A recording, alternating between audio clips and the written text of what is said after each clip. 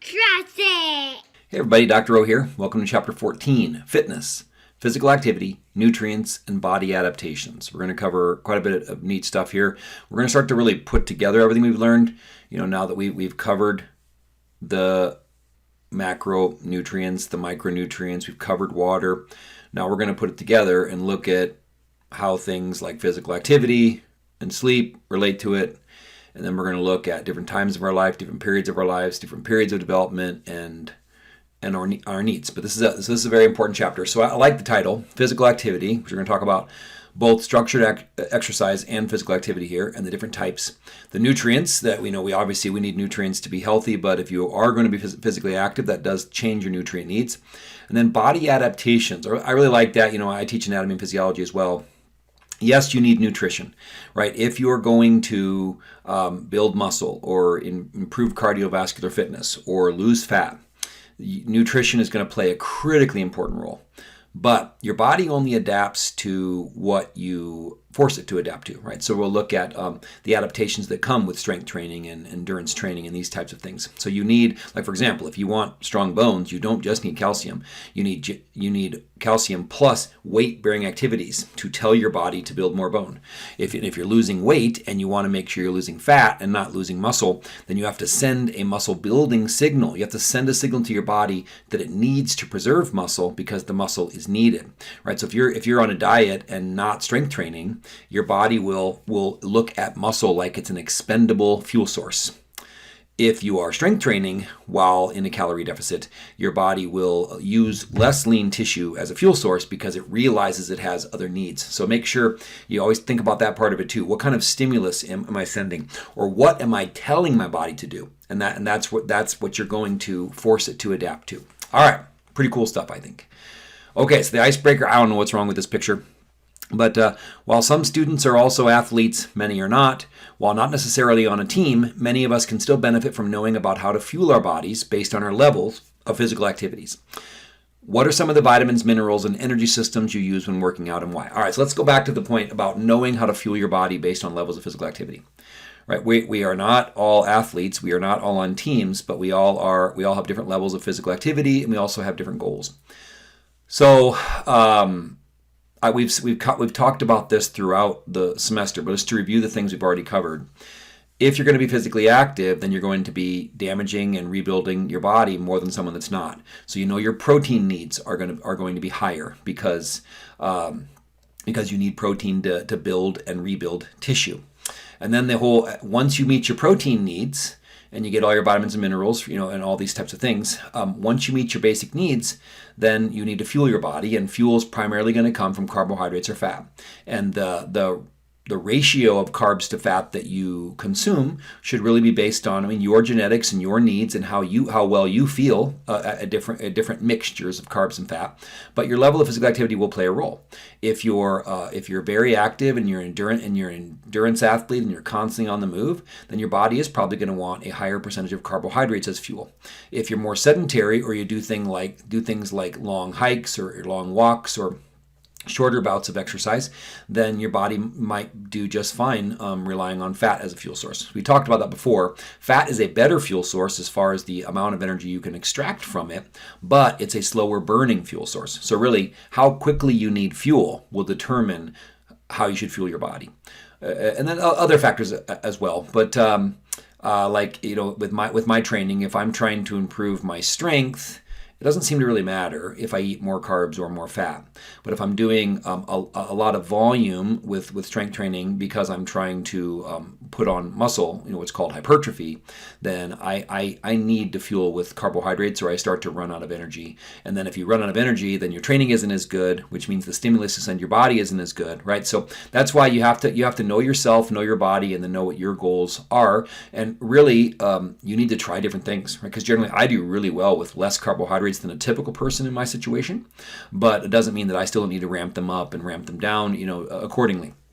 So you just have to know, right? I know people that consume twice as many carbs, people that are smaller than me that consume twice as many carbs as I do to fuel their activity, and then some people can can be even on ketogenic diets and do the things that I do. So everyone is different. So you have to play with these things, find the mixture of foods and the types of foods that make you feel the best, especially when it comes to fueling your activities.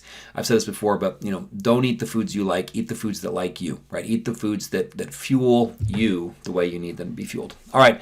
Also, just tired of looking at this broken image, so let's just move on. But also another really important thing is knowing what your goals are and what your primary focus is. So like myself, I've lost a lot of weight. Now I'm in a phase where I'm trying to build muscle, so my goals have changed and my diet has changed accordingly. And so has exercise. So let's say that so if fat loss is your primary goal, weight loss, which you should always be trying to preserve muscle, so fat loss, if fat loss is your primary goal, then I would say that your diet is the primary tool and your exercise should complement your diet. Your training should complement your diet. So basically, while you're trying to lose fat, get the diet dialed in, use the exercise to, yes, burn a few more calories and keep you more physically active, but mainly use exercise to send a stimulus to your body to preserve lean tissue. If your exercise or your training is your primary goal, like if you're trying to build muscle instead of losing fat, then to me, the training is the priority and your diet should complement your training. So that's just kind of how I like to look at it. Your diet is key if you're trying to lose fat.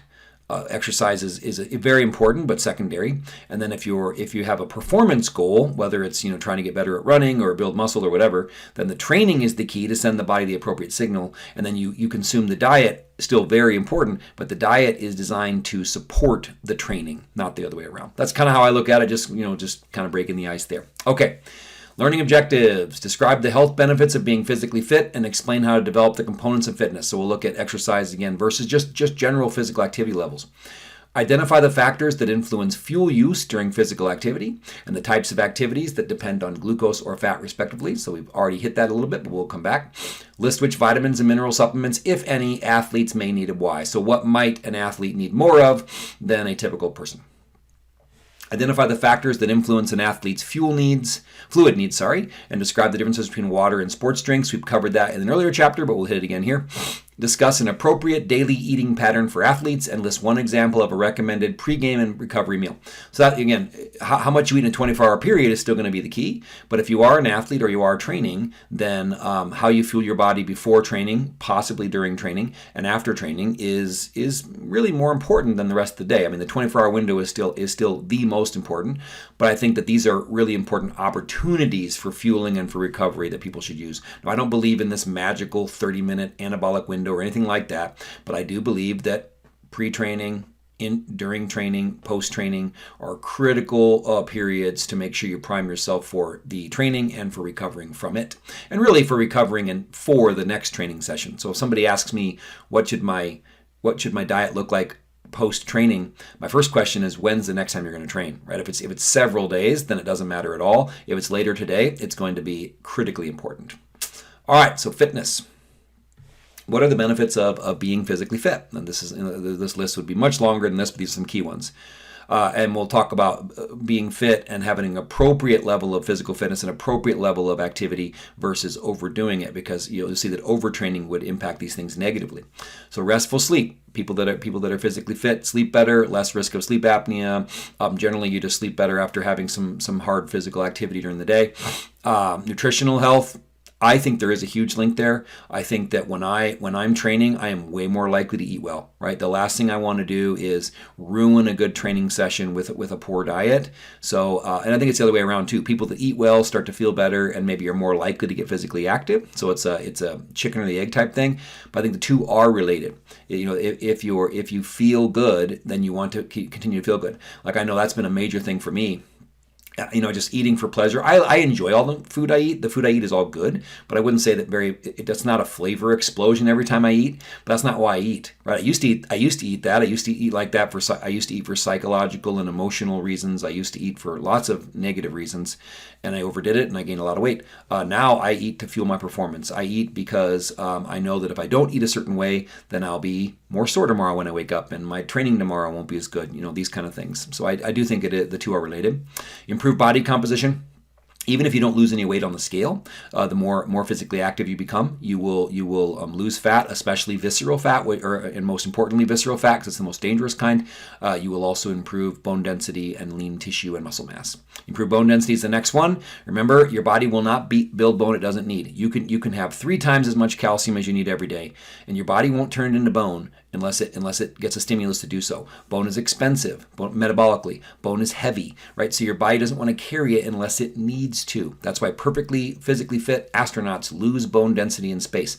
The moment your body senses it doesn't need bone, it will get rid of it. So it's the stimulus from fitness is the key there. Resistance to colds and other infectious diseases, just improved immunity. Low risk of cardiovascular disease, low risk of type 2 diabetes. Of course, if your ticker is going to be in good shape, your blood vessels will be in better shape. Your muscle is the best glucose sink that you have in your body. So if you put on a few pounds of lean mass, it'll absolutely make it easier to control your blood glucose, even if you're eating poorly. Stronger self-image, not only hopefully liking how you look better, which to me should be a very secondary thing, but liking how you feel, liking how you perform. Right? I'm 44 years old now. And I feel better about myself than I have in my entire life because I know what I'm capable of, and I know what I'm capable of becoming, right? And my training sessions and eating well to fuel that are what drive that. Long life and quality of life. So yes, people that are physically fit will live longer. But you can, they say, oh, you live 4 years longer, you spend all 4 years in the gym, whatever number, depending on the study you look at, right? But the quality of life is the key. Right, so are you going to be, there are 85-year-olds that are logging miles every day and feel great, their mind and their body are working well, and there are 60-year-olds that are basically bedridden, right? So the quality of life to me is the key difference. Will you be able to, are you going to be able to perform your activities of daily living? Are you going to be able to live by yourself? Are you going to be able to do what you want to do when you get older? That to me, that's what I'm really looking for. I'm looking for having the energy and the capability and the ability to be the grandfather that I want to be in the future, more than eking a couple more years of existence out, especially if you're sick and you have diseases and all these kind of things. To me, the quality of life is much more important than quantity. Lower incidence and severity of depression and anxiety. That's for, physical and psychological and mental and emotional reasons. All these things are true. You don't want to overdo it. I look at these types of things. Extreme activity, extreme training can be hard on the cardiovascular system. Can hurt your immune system. Right? People that run marathons are more likely to get sick after they run marathons, things like that. Physical fitness and training can lead to body dysmorphia image issues, and all these types of things too. So it's like everything else, it's dose dependent. And that's why we'll look at the different types of training here coming up. But I actually like to, right here, be some of them. But I like to look at it the same way we did meal planning back in, chapter 2, where we talk about a good diet is adequate, balanced, varied, moderate, right? All these types of things. I feel the same way when it comes to physical activity. So so using the same terminology, an adequate diet or adequate physical activity is making sure you're meeting your needs. You're reaching the minimums that the government recommends and these kind of things, right? So meeting some sort of minimum standard of physical activity. Moderate means you're not overdoing it, right? So running a few miles a week is one thing. Running 150 miles a week is a whole nother thing, right? So too much of a good thing. Too much exercise can be bad. So somewhere between adequate and moderate, you have this balance. So are you pushing your body hard enough but not pushing it too hard? What you want to do, it's called stress, recovery, adaptation. You want to stress your body enough so that you can recover and adapt to it. If you stress your body too much, your body is only recovering and not adapting and improving, and that's not good. And if you stress it even more than that, you can't even recover from it, and that's when people just grind themselves into the dirt. So you want it to be adequate and moderate, which somewhere in the middle we have balanced, and then varied. You don't want to just do one thing. You've got powerlifters that get really good at powerlifting but get winded when they walk to the restroom. So we'll look at the components of physical activity and making sure that you're doing all of these things. Or you have people that only focus on flexibility and they don't focus on strength and building muscle, these types of things. So variety is good when it comes to fitness. So what we say, adequate, moderate, balanced, varied, and then calorie control doesn't fit in here, or those types of things. But another really big one then would be sustainability, which I add to the meal planning thing. But you need to find types of physical activity that you enjoy doing and will do for the rest of your life. Right, a 10-minute walk every day that you will do every day for the next 10 years will have a huge impact compared to, you want to start doing high intensity interval training and you know it's better for you and you know you should do it, but you dread doing it and you only do it for a couple days at a time and then you get hurt or you quit doing it, right? I mean, the best exercise program in the world that you won't do isn't going to help you at all. So consistently good always beats occasionally great. All right, so physical activity intensity compared. So what kind of intensity, basically the more intense an activity is, the less time you need to do it to meet the physical fitness guidelines. So light intensity, little to no increase in breathing and or heart rate, perceived exertion on a 0 to 10 scale of less than 5, the talk test, you're able to sing, energy expenditure less than 3.5 kilocalories or calories per minute, and the walking pace of less than 3 miles per hour. So right before I did this video, I just took a 8-minute walk. I just do a loop around the block when it's nice out, and I'm getting my mind right before I record or teach. So that definitely would have been light. I was singing in my head, but I wasn't singing out loud, but I could have. So moderate intensity, some increase in breathing and or heart rate, perceived exertion of 5 or 6 on a 0 to 10 scale. You're able to have a conversation. So if two people are walking, a little faster clip, but they're still having a conversation with each other, that's moderate intensity. So energy expenditure of 3.5 to 7 kilocalories per minute and walking pace of 3 to 4.5 miles per hour. Vigorous activity, you see a large increase in breathing and or heart rate. Perceived exertion on a scale of 0 to 10 would be 7 or 8. Conversation is difficult or broken. So you've reached this kind of vigorous level when you can say a few words. If someone asks you a question, you will respond with a couple of words, maybe have to catch your breath in the middle of the sentence. That's vigorous activity. So more than 7 calories per minute, a walking pace of more than 4.5 miles per hour. So if you caught me after doing a set of squats of 10 or 12 repetitions, I would not be able to hold a conversation with you for a while. If you asked me a question, I would give you the shortest 1 or 2 word answer that I could. All right, then we have back to activity intensity, looking at the fuel system. So we'll come back to this more later, but let's start at the bottom. So moderate activity, so activity duration that you can do for more than 20 minutes, is aerobic. So your body is going to burn ATP, or it always burns ATP, but the ATP is going to come primarily from fat. So if you're on like a nice slow hike, most of the calories you're burning are coming from fat. Remember, fat's a really good fuel source, but it's a slow fuel source. But with this kind of activity, you don't need a huge increase in energy per minute, so your body can still just keep relying on burning fat for fuel. When you get to high intensity, things that you can only do for 2 to 20 minutes, still aerobic, but now we're going to have to start to use more carbs. So you're going to be burning carbohydrates from glycolysis in the TCA cycle. And so you'll be using your liver glycogen stores, you'll be using muscle glycogen, you'll be using blood glucose, or you have to start making carbohydrates. All right, that'd be like things like cycling, swimming, and running that you can do for long periods of time. Still aerobic though, so both the bottom two use oxygen. The key is just, are you burning fat or carbs for fuel? And you're never burning one or the other. You're always burning both. We're talking about which one are you burning primarily. All right, so very high intensity activity. Think about like high intensity interval training or something. You can do these things for 20 seconds to 2 minutes. Now we're in the lactic acid system. So we're going to get ATP from carbs, but it's going to be anaerobic glycolysis. And remember, if you don't have oxygen, glycolysis turns glucose into pyruvate, but then pyruvate becomes lactate. We covered that back before.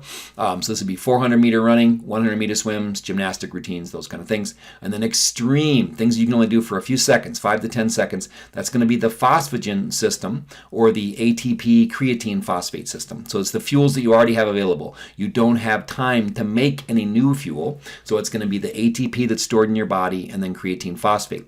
So 100-meter sprints, shot puts, golf or baseball bat swings, tennis or volleyball serves, so just super short duration, super high intensity. Your body has maybe 2 or 3 seconds of ATP stored up in it. What creatine phosphate is, this is why people take creatine monohydrate to try to help saturate the creatine phosphate system. So creatine phosphate is stored energy and it has a phosphate.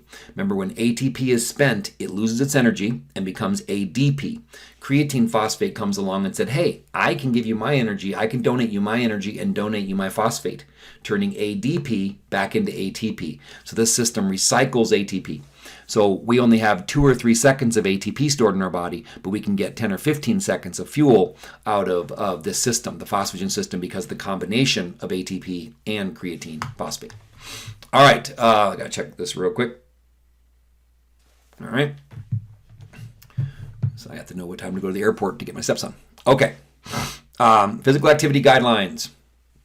So we talked about this variety being important. So cardiorespiratory fitness, so things that primarily make your heart and lungs stronger. Strength training, which makes your muscles and bones stronger. And flexibility, which allows you to move better through space, right? Things that I think about a combination of stretching, but also like mobility and movement. And all these are important because if you're strong and flexible and mobile, right, you're less likely to fall. And as you get older, that's basically like if you're over the age of 70, or even younger maybe, your priority needs to be not falling down because it's one of the leading causes of death of people over the age of 75. I believe it's the 5th leading cause of death over people the age of 75. And if it doesn't kill you, it will cause serious problems. I think back to my grandfather, right, when he was in his 70s and early 80s, people would have guessed he was 10 years younger than he was. He had a fall, broke his shoulder, put him in the nursing home for a short period of time. He started to kind of wither away, got out, fell again, broke his hip, in the nursing home, in and out of my uncle's home because he couldn't care for himself anymore. And the last couple of years were really rough. It was those falls that limited his mobility or limited his ability to take care of himself and to stay active that just caused this massive deterioration. I know it's not something I want to deal with when I get older. All right, so let's go. So cardiorespiratory fitness, aerobic activity that uses large muscle groups and can be maintained continuously. This should be done 5 to 7 days per week at a moderate level of intensity, at least 30 minutes per day. So 5 to 7 days per week, 30 minutes per day. Examples would be, I won't read them all, you know how to read, but running, skating, rowing, power walking, these types of things. Water aerobics are a great one. And then as just so you know, as the intensity goes up, the duration can go down. So you see there at the bottom, if you prefer more vigorous aerobic activity, then a minimum of only 20 minutes per day, 3 days per week is recommended. So the more intense something is, the less time you need to do it to get the appreciable benefit, and the less often you should do it. And that's just because it's harder on your body, right? Vigorous things are harder on your body, meaning you need more time to recover. So taking a walk 5 to 7 days per week, more intense things, less periods, less duration, and less often. All right. And then speaking of adaptation, you also want to remember in the background this idea of the FIT principle that it's called progressive overload. Basically, you need to continue to keep adapting. If you take a 2-mile walk every day, it might be really hard when you first start, but at some point it gets so easy that it's not even taxing your body anymore. There's nothing for your body to adapt to. So the FIT principle says that you need to constantly be pushing your body so it will continue to adapt, and you do so by increasing frequency, intensity, or time. So how often you do something, how intense it is, or how long you do it. So if your 2-mile walk becomes really easy and you're doing it 3 days a week, then jump up to 5 days a week, or make it a 3-mile walk, or walk faster. Those kind of things. All right, strength training, resistance activity that is performed at a controlled speed and through a full range of motion. So this can be body weight or strength training using weights. I mean, it's at some point, body weight will kind of lose its effectiveness as you get stronger and stronger, and adding weight is a good idea. Frequency, 2 to 3 non-consecutive days per week. Non-consecutive because your body has to recover, right? It only takes a few minutes to recover from a walk, if any time. It takes 24, 48, 72 hours to recover from a bout of strength training. So if you did a bunch of strength training today, then depending, if you're a novice, if you're new to it, it will take that full 72 hours to recover potentially. If you've been training for years, it might only take 24 hours, but still it takes time to recover. And remember, it's not called the stress adaptation cycle. It's called the stress recovery adaptation cycle. You don't get stronger in the gym. You get stronger when you're recovering from what you did in the gym. I'm hopefully getting stronger today because of what I did yesterday in the gym, if I'm recovering properly and recovering enough that I can adapt. That's the key to remember. All right, intensity, enough to enhance muscle strength and improve body composition. So you should be, if you're doing push-ups, you should be getting better at them and then able to do more of them, and then maybe you'll add weight, right? These kind of things.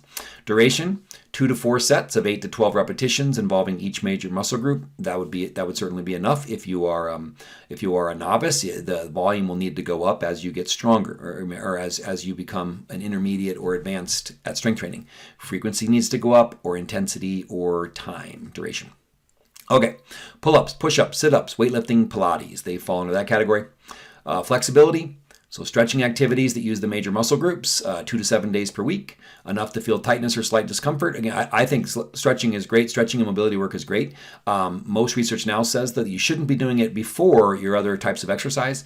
You should kind of have dedicated mobility sessions. You can certainly, you want to warm up before training, but stretching too intensely for too long actually weakens performance and increases injury risk. That's something that people used to not believe, but now we know is true. All right, 2 to 4 repetitions of 15 to 30 seconds per muscle group, things like yoga. Yeah, so a combination of these things, maybe you take, even if it's something like, I recommend taking a 10-minute walk after every meal. So you're taking, let's say 3 10-minute walks a day. Every once in a while, you're going to get on the bike and do things a little bit more vigorous, a little more intense. Strength training a couple days per week. Flexibility as part of your recovery process from those other types of exercise. I love it. That's a great program, and it meets those planning things we talked about earlier: adequate, moderate, balanced, and varied. So get after it. Reflection number 1. You can pause if you want to answer these questions. All right. During or immediately after physical activity, muscles release myokines. These signals changes in skeletal muscle and adipose tissue. That's pretty cool. So that means that being physically active will help your muscles be healthier, help your muscles use fuel better, hopefully help your muscles grow if that's what you're looking for, but also it impacts adipose tissue. There are stem cells, for example, that can become bone or they can become fat. When you're physically active, these kind of signals tell your body to turn those stem cells into new bone. When you're not physically active, different signals or an absence of these signals tell those stem cells that they can go ahead and become fat. So it literally changes what you're made of. To gain health benefits, a minimum of 10 minutes per day of aerobic activity is recommended. Longer time and greater intensity bring greater health benefits. So start with that 10-minute walk after supper, see it, and then increase it from there. When I first started, that's what I was doing. I was taking walks, 10-minute walks, became 20-minute walks, became 30-minute walks. Then I started adding strength training using just basic resistance bands, pretty straightforward stuff. Now I'm lifting much heavier weights. I'm training for several hours more than I used to, and I continue to reap benefits because of it. These guidelines help adults improve their body composition, strength, and flexibility. So your body composition is basically what percent of you is fat, what percent of you is not fat, or what's called fat-free mass. So even if you don't see changes on the scale, this happens all the time. People they start training and they wondering why the scale's not moving, they're not losing weight, but their pant sizes change, or their clothes fit better, or their body because their body composition is changing. Muscle's more dense than fat. So if you lose a pound of muscle and gain a pound of, lose a pound of fat, gain a pound of muscle, you will actually be a little bit larger, but you'll be much healthier. All right, myokines are signaling proteins. Physical activity beyond the activities of daily living provide health benefits in a dose-response relationship. So that's an important point. Physical activity beyond activities of daily living, and that's because if your body adapts, right? So if you do the same thing every day, at some point the adaptation becomes so high or so great that it's no longer pushing your body. It's not stressing your body anymore. My dad for years and years was a letter carrier, was a mailman, and so he walked hours a day. And I'm sure when he first started, his body would ache, and he saw some benefit of it. But then for most of his career, that just became part of his activities of daily living. So if he wanted to really stress his heart, he needed to do more than that. He had to go do some exercise or something. He couldn't just rely on his activities of daily living because that became his body's baseline. And then a dose-response relationship up to a point. I like that. So like physical activity. So studies have shown that walking up to 16,000 steps a day will offer decreased risk of death. After that, the benefit of going from, so if you're walking 4,000 steps a day and you go to 16,000 steps a day, huge increases in health and decreased risk of death. If you go from 16,000 steps a day to 26,000 steps a day, you no longer see that, right? The benefit tapers off. All right. Even 16,000 steps, you could say that 10, 12,000 steps a day is where you get the most bang for your buck. And then as you climb above that, you still get benefit, but not as much. All right, developing fitness. The body adapts to physical activity, responding to physical activity overload by building structures to support the activity: stress, recovery, adaptation. When protein synthesis is greater than degradation, a person can gain muscle in a condition called hypertrophy. So if you're training and eating in a way where your body will synthesize more proteins than are broken down, then your muscles will get bigger. But you can get stronger without muscles getting bigger, but generally bigger muscles are easier to get stronger. Atrophy occurs when protein degradation is greater than synthesis. So I saw a study recently, took 70-year-olds and they trained them for a year, and they actually were able to see hypertrophy. Their muscles got bigger and they gained lean tissue. But sadly, just a few weeks of inactivity and they lost a lot of that benefit. Especially when you're young, it's easier to put on muscle and maintain muscle. When you're older, you're really just trying to fight that loss at some point. But it's a fight that you should fight. All right, strategies to build fitness and prevent injuries. Be active all week. Right? This is why, if you ask, you should do both. But if you ask me, should I ramp my physical activity up every day of every week? Or should I do, 30 minutes of real hard exercise 3 times a week? I would just say to be more active throughout the day. You get a lot of health benefits there, but you should do both. But working out for 30 minutes a day and then sitting on the couch the rest of the time is not going to get you where you want to get as far as being truly fit. So find ways to be more physically active. Increase your non-exercise activity as much as you increase your activity. That's why I know it's exercise as soon as you plan it and it's purposeful and all that, but I look at the two separately. So I have my training sessions, and then just throughout the day, I try to find ways to be active. I take short walks. I walk to a colleague instead of emailing them, little things like that. I volunteer to go to the store, get some steps in. So just you park farther away. All these things, they sound cliche, but they absolutely work. Be active all week. Use proper equipment and attire. So not only, so things keep yourself safe, basically. You can't improve your physical fitness if you're constantly being injured. So make sure that you're using the proper equipment, you're using it correctly, you're dressed correctly so you don't injure yourself and those kind of things. Use proper form. So, form and technique, whether or not they keep you safe, it also makes it more efficient, which means that you'll be better at what you're doing, right? If you run with better mechanics, I think you're less likely to get injured, but you're also more likely to be good at running. And if you get good at running and efficient at running, and you can run farther and faster for longer, and you're not hurt, then you're more likely to keep doing it. And that goes back to that sustainability piece. Include a warm-up and cool-down activities. So, again, long bouts of stretching don't appear to be the key thing to do, but get your muscles and joints warmed up. Like, prior to strength training, I do some real basic warm-up stuff, get the heart beating, and I do a little bit of mobility work. But then I also, before I lift anything heavy, I lift lots of things light. I do body weight exercises and just use the bar to get started, those kind of things. And then cool-down activities are really good too to kind of to prepare the muscles for the recovery ahead. Challenge your strength and endurance a few times a week. A challenge being a key word. If you don't, it's called progressive overload. If you don't continue to challenge your body, it will adapt to a point and then stop adapting. Pay attention to your body signals. This is so maybe if you need like a deload week, or you need if my muscles are sore and I go to work out, I work out in the garage primarily, and after my warm up, if my muscles if they're less sore or not sore at all anymore, then I know I'm good to go. If things are hurting or if joints are hurting when I do things, then I need to be smart about that. You need to know when to take it easy, just as much as you need to know when to push hard. Include at least 1 day of rest per week. So this would be, again, I don't think you have to rest from taking walks, but the more vigorous activities are, the more rest you need. So like I lift weights 5 days a week, so I have 2 days where I'm completely resting from lifting anyways. On those days I do recovery work, mobility work, take walks, etc., or just do nothing occasionally. Yeah, like I said, I don't think you need to take, the more intense something is, the more rest you would need. I was just going to say, like, if you're taking those walks after dinner, I don't think you need to recover from them. For most people. All right, cardiorespiratory endurance. Aerobic workouts improve heart and lung function. They enhance oxygen delivery by increasing cardiac output. Cardiac output is how much blood your heart can pump per minute. So it is your stroke volume, which is how much blood your heart can move per beat, per pump, times your heart rate. So the reason, this is why, if you work your heart gets better at being taxed. Then at rest becomes real easy. So you see that people that run, do endurance activities, they have slower heart rate, more efficient breathing, improved circulation, and lower blood pressure. Think about the heart rate thing though. If you're a trained athlete, then your stroke volume is really high. Your heart has become a really efficient pump because you've trained it to be so. So if you can move 30 liters of blood per minute while doing super intense activity, then resting on the couch is easy. If your cardiac output gets really high and your stroke volume gets really high, then your heart rate can be really low. So this is why when you exercise, your resting heart rate generally will get lower. Think about how easy it is to sit on the couch. If you're a sprinter or you're a marathon runner, think about how easy it is for your heart to sit on the couch. All right, and that's why you see this. That's why endurance training makes your heart and lungs function better, to a point. All right, what is cardiorespiratory endurance? How does it work with the body to improve muscle endurance and flexibility?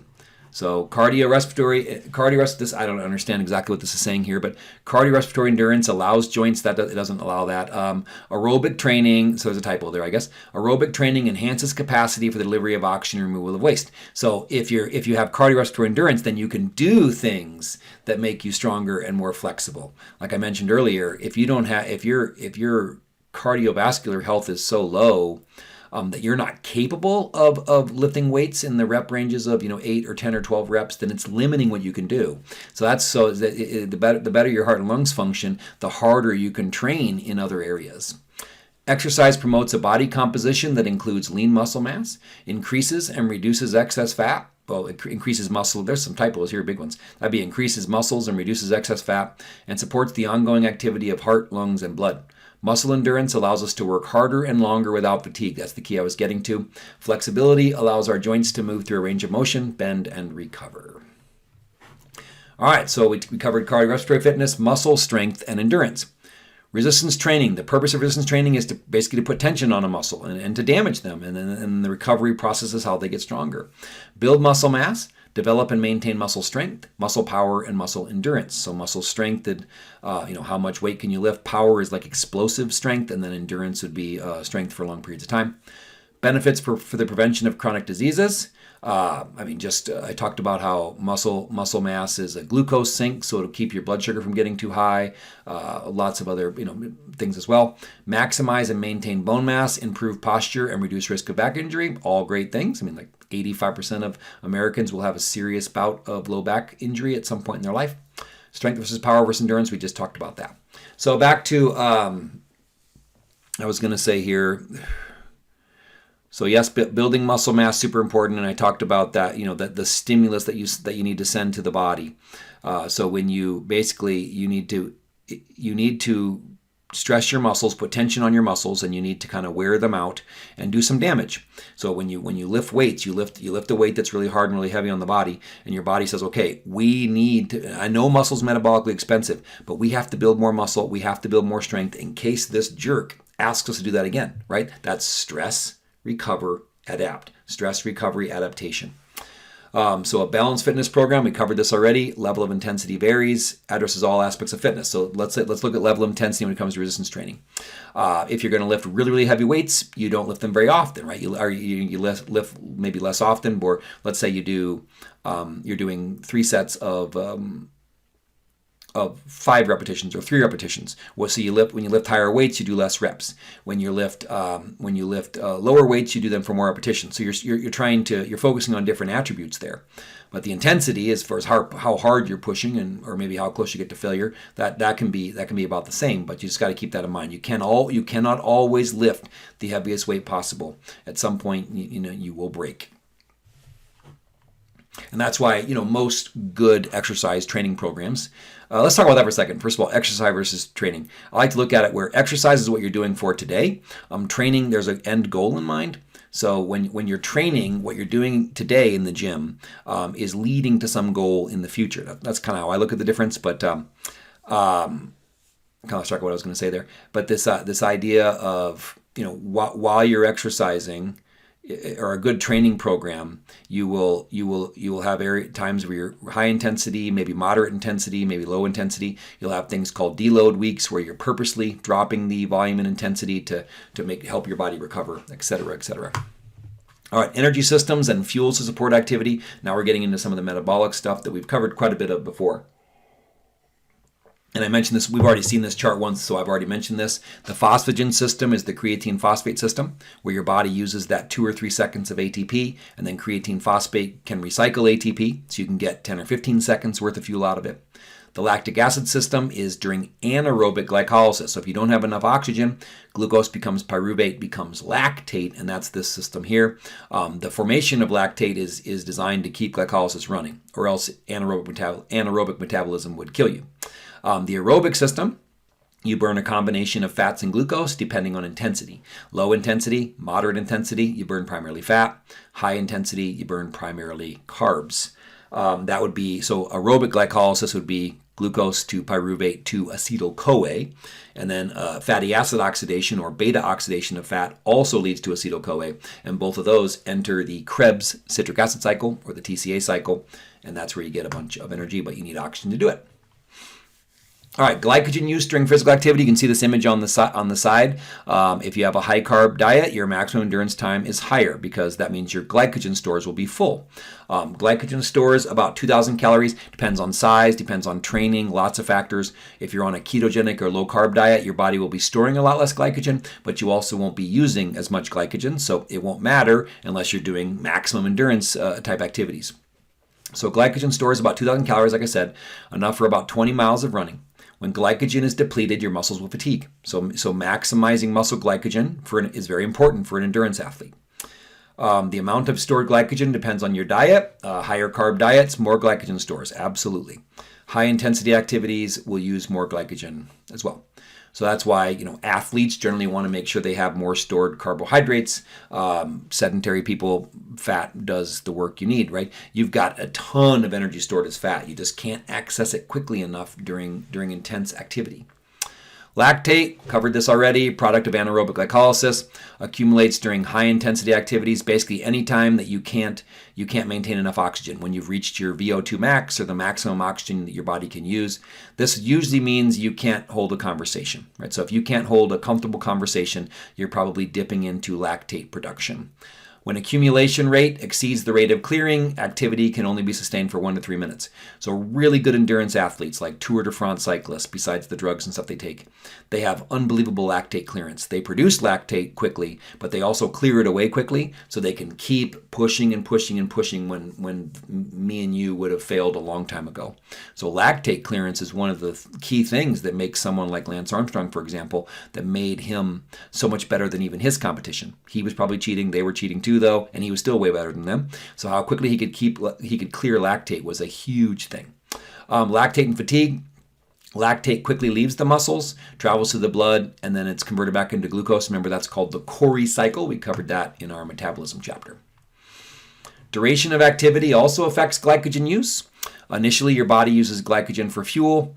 With sustained aerobic activity, more fat and less glucose is used because you know glucose is limited and you want to preserve it for the brain and red blood cells and things like that. So your body will use fat whenever possible, unless your blood sugar is high. But so the longer you go, though, your body will have to start to rely more on fat, which it can because fat is a great fuel source, but slow. But if you're doing long activities, your body has time to ramp up fat usage. Once you're out of glucose, you'll remember muscle glycogen can only be used by those muscles. Liver glycogen can be used to increase blood glucose. Once you're out of glucose, you better start making it if you're not eating it. So gluconeogenesis is a process of turning non-carbohydrates into carbs, primarily protein, amino acids, and glycerol from fats. 2 to 3 hours of strenuous activity will deplete storage. Then you have to continue to do this. Continued exertion becomes almost impossible. At some point, they call it bonking. At some point, you are out of fuel. That's why you manage your fuel and you train and maybe if you get like intra-workout carbohydrates, you do whatever you can to keep your fuel levels elevated. Once you're out of fuel, you're out of fuel. All right, training affects glycogen use. Trained athletes use glucose and glycogen more slowly just because they get better at this, right? They get better at burning fat to preserve glucose. So glucose after activity, this would be, again, the big thing here is when's the next time you're going to train. If you're going to train later today, then post-workout carbs, critically important. If you're going to train in 3 days, your glycogen stores will be refilled from normal diets. It really doesn't matter what you eat at that point. So, but if you're looking for glucose after activity, eat a high carb diet regularly, just so you have plenty of glucose available. Consume glucose during prolonged exercise. We call those intra-workout carbohydrates. So that'd be like your carb-based sports drinks like Gatorades. Carbohydrate-rich foods after activity increases insulin sensitivity and increases glycogen stores. So that's all true. How quickly and effectively this occurs, again, depends on when's the next time you're going to train. But if you're ever going to have an insulin spike, I think a good time to do it is after training because not only does insulin help replenish your glycogen stores, but it also helps get amino acids into your cells so you can rebuild proteins.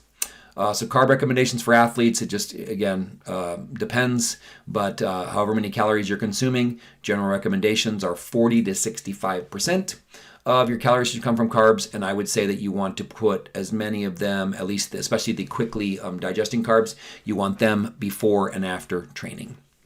All right, fat use during physical activity. Fat intake recommendations for athletes is the same as the general population, 20 to 35% of energy from fat. Now, it's usually going to be on the lower end because you only have so many calories to work with. And if you're an athlete should be eating more protein and will probably be eating more carbs. So athletes are generally going to be closer to the 20% range, whereas Joe and Jane Schmo, like the rest of us, could be fine at those higher levels. So 20 to 35% of energy from fat, less than 10% from saturated fat, same recommendations as the rest of us. Fat can fuel hours of activity and not run out. Spot reducing is not a thing. Remember, your body will take fat from wherever it has the enzymes needed to break down fat the quickest. So that's why when you do lose weight, people typically lose weight in certain places, whether it's the place they want or not. So maybe you have let's say that when you start losing fat, you notice you lose it. You lose it from your butt first. Well, that's because that's the easiest place for your body to get it, or because that's why it's getting it from there. Let's say you're trying to lose it from your belly. Well, sadly, for a lot of people, belly fat will be the last fat to go. So you have to get even leaner if you want to reach those spots, and that's genetically determined, and there really isn't anything that I've ever seen that can help you choose where body fat comes from. All right, factors affecting fat use, duration and intensity of activity. We've talked about that several times now, and the type of training. So if you lift heavy weights for a few seconds at a time and you walk, you can be fine on a low-carb diet. If you run miles and miles and miles, you're going to need more carbohydrates. I always say that if you run marathons, you need to eat carbohydrates. If you eat a lot of carbohydrates, you should run marathons. All right, protein use during physical activity and between times. Athletes use more protein as fuel, so 10% of total fuel during activity and rest. Your body needs to make glucose, and one of the ways it does so is from protein. So that's one of several reasons why athletes should be on higher protein diets.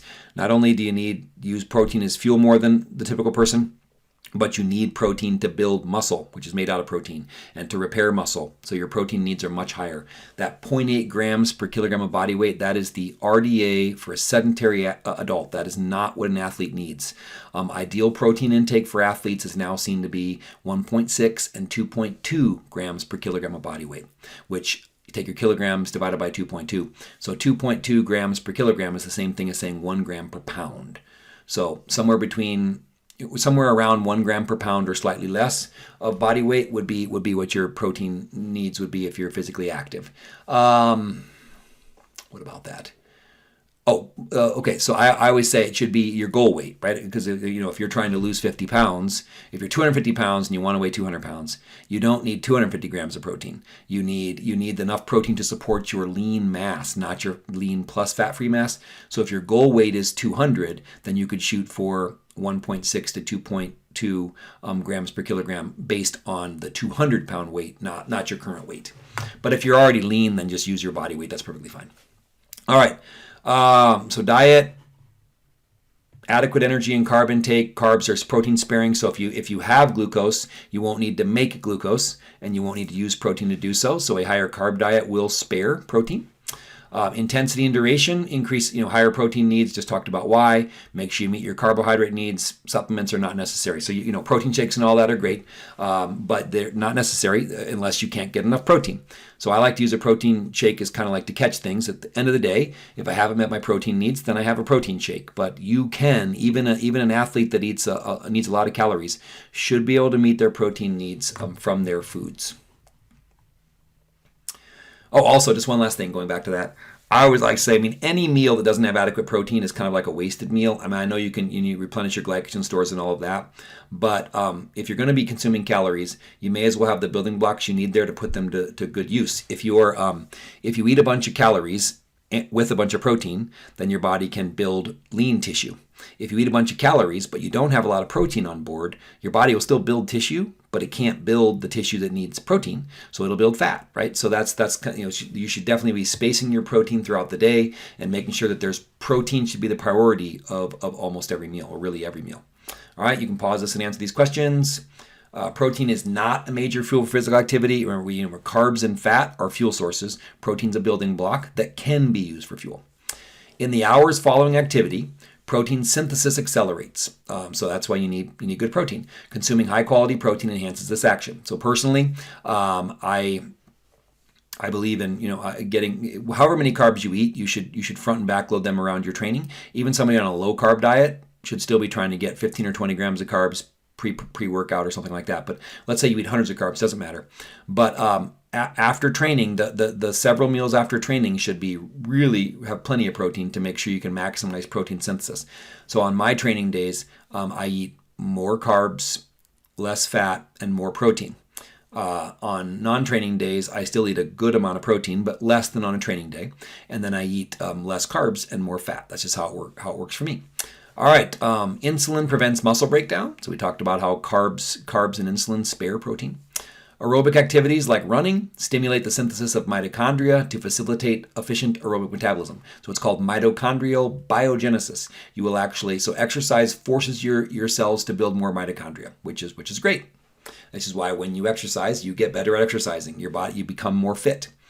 Insulin also stimulates muscle protein synthesis. These adaptations occur through signals sent to DNA to produce the needed proteins. So that's why we talked about, carbs can be good for building muscle. I don't know if they're essential because they can't be, because there are people that are on ketogenic diets that build muscle. But I don't know if they're building the maximum amount they could, which is why, as someone that's even a fan of lower carb diets for the typical person, I still think that carbs support training in ways that fat does not. All right, vitamins and minerals to support activity. We've covered a lot of this. Do you take vitamin and or mineral supplements? Why or why not? If you do, what do you take and what do you hope the benefit might be? That's a question for you to answer. But I would say that, like I've said before, supplements are just that. They should supplement a healthy diet. They will never replace a healthy diet.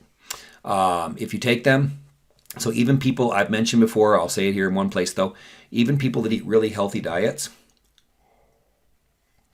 have some nutrients they may struggle to find. And the big ones to me are, so I'm not talking about someone that's a vegan or on some sort of restrictive diet at all, just a typical person eating a good, healthy, whole food diet. I still would always check to make sure you're getting enough potassium, getting enough magnesium, and getting enough iodine. Those are the first three I look for if I'm looking for someone being deficient in nutrients, even though they eat healthy. So use a tracking app, use Chronometer, use those tools, and look for those problems. If you have them, then supplement. As far as like the nutritional supplements though that have been clinically proven to be ergogenic aids, like to enhance performance, list is very low. You can go, there are entire stores that sell supplements, but the ones that I would stand behind, clinically proven to be effective. Creatine monohydrate, been studied repeatedly. I think that non-athletes should take it just as much as athletes. I really like that one. Again, not medical advice, just telling you what I believe. So creatine monohydrate. Caffeine does, at the right dose, caffeine is a performance enhancing compound. Whey protein, so protein shakes to make sure you're getting your protein needs. I think that those are all good. And then the omega-3 fats, the fish oils have been shown to enhance recovery a little bit and these kind of things. That's kind of a distant fourth. But as far as if you're asking me, like, then a multivitamin to make sure you're not deficient in anything. Those are, anything above and beyond that, you're either you're completely wasting your money, or there are things that have very minimum benefits. Maybe they'll help you 1%, 2%, 3%, which if you're trying to optimize things, that might be enough for you to say, hey, that's worth $20 a month or $40 a month. But for a typical person, most things just don't offer much good return on investment. I'm sure there are other ones, but those are the key ones. All right, many of the vitamins and minerals assisting in releasing energy from fuels and in transporting oxygen, which is why you need them. And if you're physically active, you need more of them. But remember, if you're physically active, you're also eating more. So as long as you're eating nutrient-dense foods, you are already getting more of them. This knowledge has led many people to believe mistakenly that vitamin and mineral supplements offer physically active people both health benefits and athletic advantages. Sorry, my phone's going off. Okay. All right, so again, you need more, but you're already eating more, so your bases should still be covered. Take a supplement if you want to fill in any cracks, absolutely. But high doses of vitamins are not going to offer advantages very often, and they may actually do the opposite. Like one area is like antioxidants, right? Taking a bunch of vitamin C and vitamin E, these kind of things has been shown to decrease muscle soreness, which sounds great. But remember, it is stress, recovery, adaptation. If you do things like that to decrease the amount of stress your body goes through with training, you may be impacting the recovery process and the adaptation process. So it could be limiting the benefit of the activity.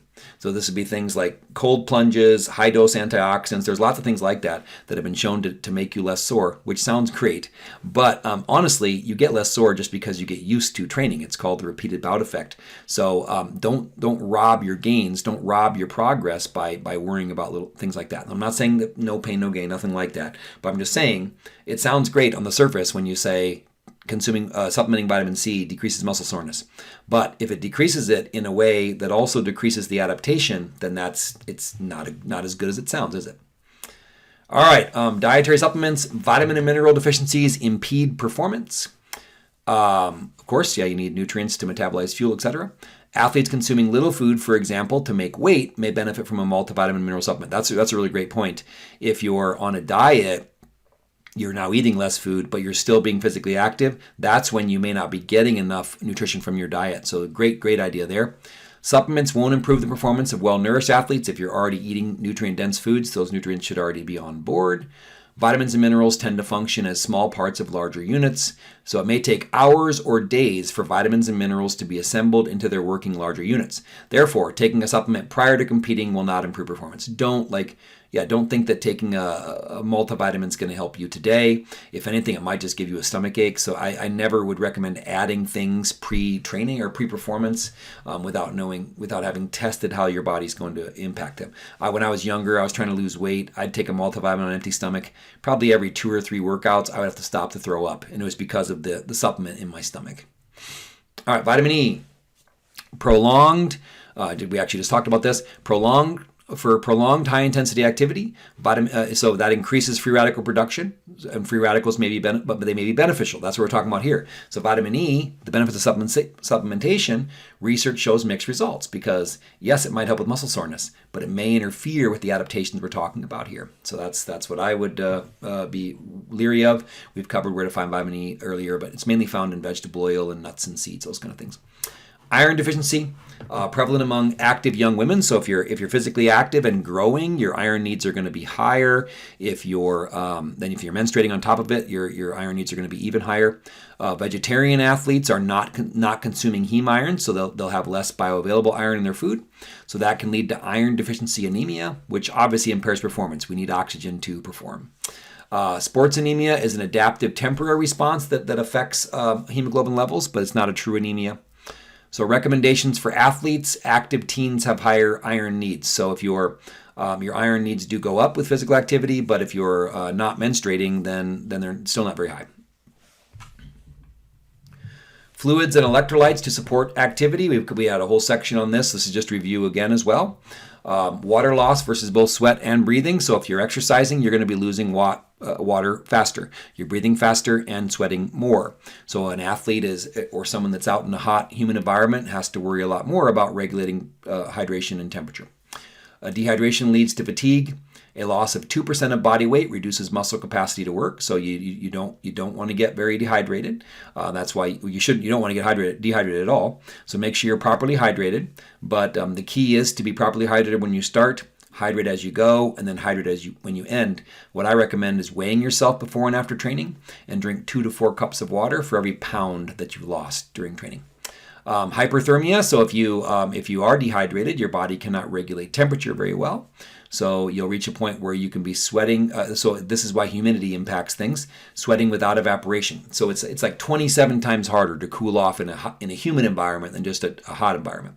And that's because normally you sweat. The sweat evaporates off your body into the environment, and that's what cools you off.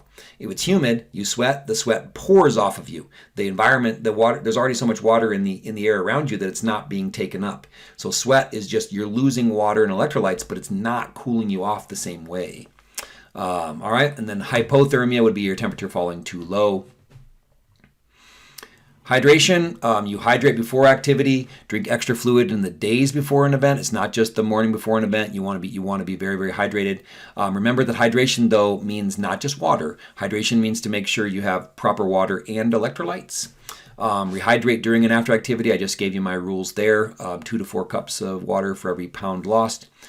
Fluids for everyday active people, just plain cool water. But if you're an athlete or if you're sweating a lot, then fluid plus electrolytes. And then if you're an endurance athlete, carbs, fluid, electrolytes. All right, so I mentioned this before, but personally, I add some electrolyte products to a drink or two a day.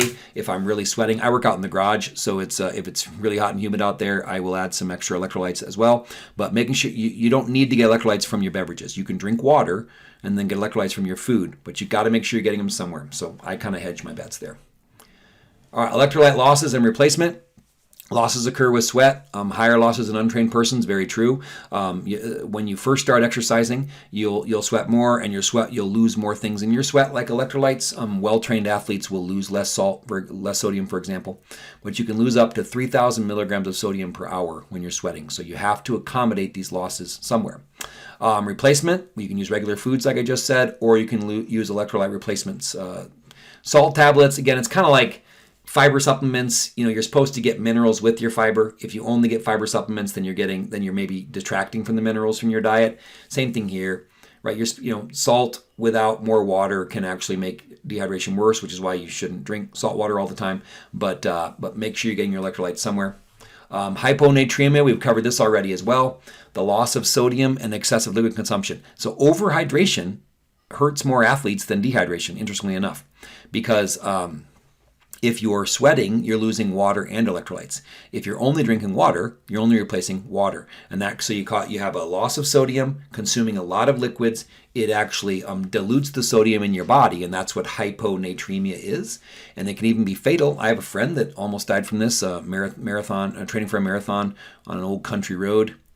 And she had developed this hyponatremia or hyponatremic encephalopathy. So only drinking water, losing sweat or losing water and electrolytes causes a dangerous drop in sodium potentially. So make sure you're getting your electrolytes, replacing your losses. So if you're taking a walk on a cool day, you're not losing really any electrolytes, so don't worry about replacing them.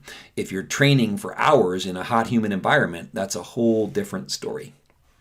Sports drinks. Hydration is critical for optimal performance. Water is the best choice for most people. We've already said why.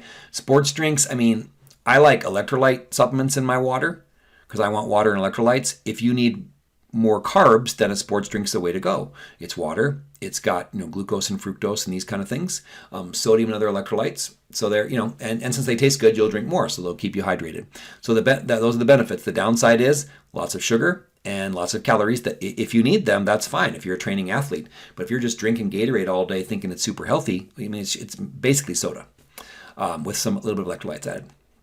Enhanced water, just all those things out there. Again, just be mindful of the sugar intake, and are you training hard enough to really need intra-workout carbohydrates? If you are, then use these things. If not, water with occasional electrolytes or making sure you got plenty of electrolytes in your diet is fine.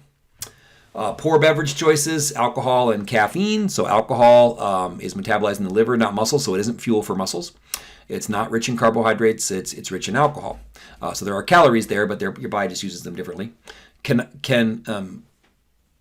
outcompete, that should say, with food sources for some B vitamins.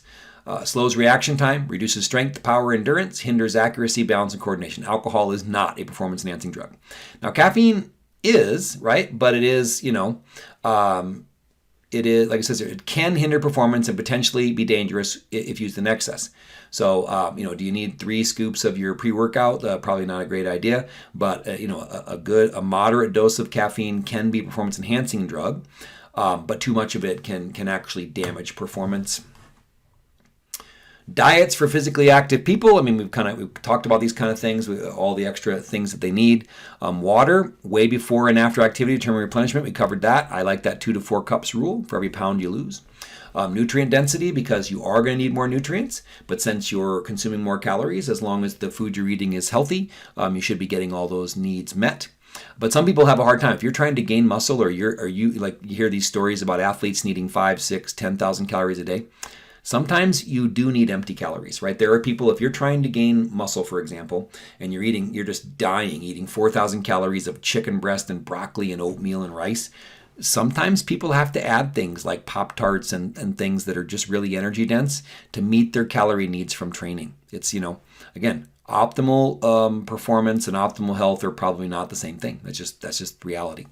Carbs, so we talked about this plenty, but maybe a pregame meal. Timing is really important. Like, when should you have your pregame meal? Certainly not too close to training. but not too soon either. Protein intake, we've covered all that. Here's some, you can read these, some examples of nutrient-dense snacks, just whatever fits into your diet and meets your needs. But these are all things that you see, generally going to have a little bit of protein, some fiber, all the good stuff. Meals before and after competition. So pre-game meals should be 1 to 4 hours before competition. I generally say 1 to 3, but 1 to 4 is good. Make sure you're hydrated. Foods that are easy to digest. This would be when you'd want foods that are high in carbs, but maybe not high in fiber. Carbs that can be more easily digested. So you don't want food that's just sitting in your stomach like a brick. So this would be, just consider that.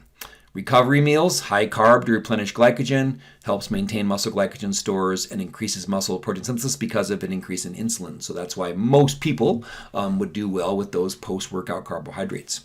But nothing magical about this anabolic window. If you're meeting your needs, protein for sure, not protein, but nothing wrong with it, right? Have a protein shake, have a post-workout meal, chocolate milk or carb protein drink, whatever you want. If it helps you meet your macro targets and your calorie targets, then there's nothing wrong with it. So don't avoid consuming food in the post-workout window. But that whole 30-minute anabolic window thing is just not true. All right, we did it. Now the lesson is over. What have we learned? Describe the health benefits of being physically fit and explain how to develop the components of fitness. We hit that good.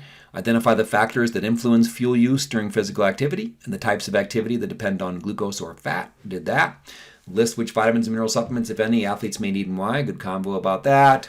Identify the factors that influence an athlete's fluid needs and describe the differences between water and sports drinks and when they're needed. Discuss an appropriate daily eating pattern or diet for athletes and list one example of a recommended pregame and recovery meal. I mentioned chocolate milk. Chocolate milk has a pretty good ratio of carbs to protein. So some people say that's like the perfect thing to do, perfect thing to have in the post-workout window before getting to your actual first meal. And then we talked about some examples of rapidly absorbing carbs. Really, it's all about you. Don't do new things, right? Try, incorporate your diet. Try new diets when you're training. See how it impacts you. See how caffeine impacts you. This, that, the other thing. Don't do those things for the first time on game day because you want to know how it'll impact you. All right, great chapter. I hope this helps. Have a wonderful day. Be blessed.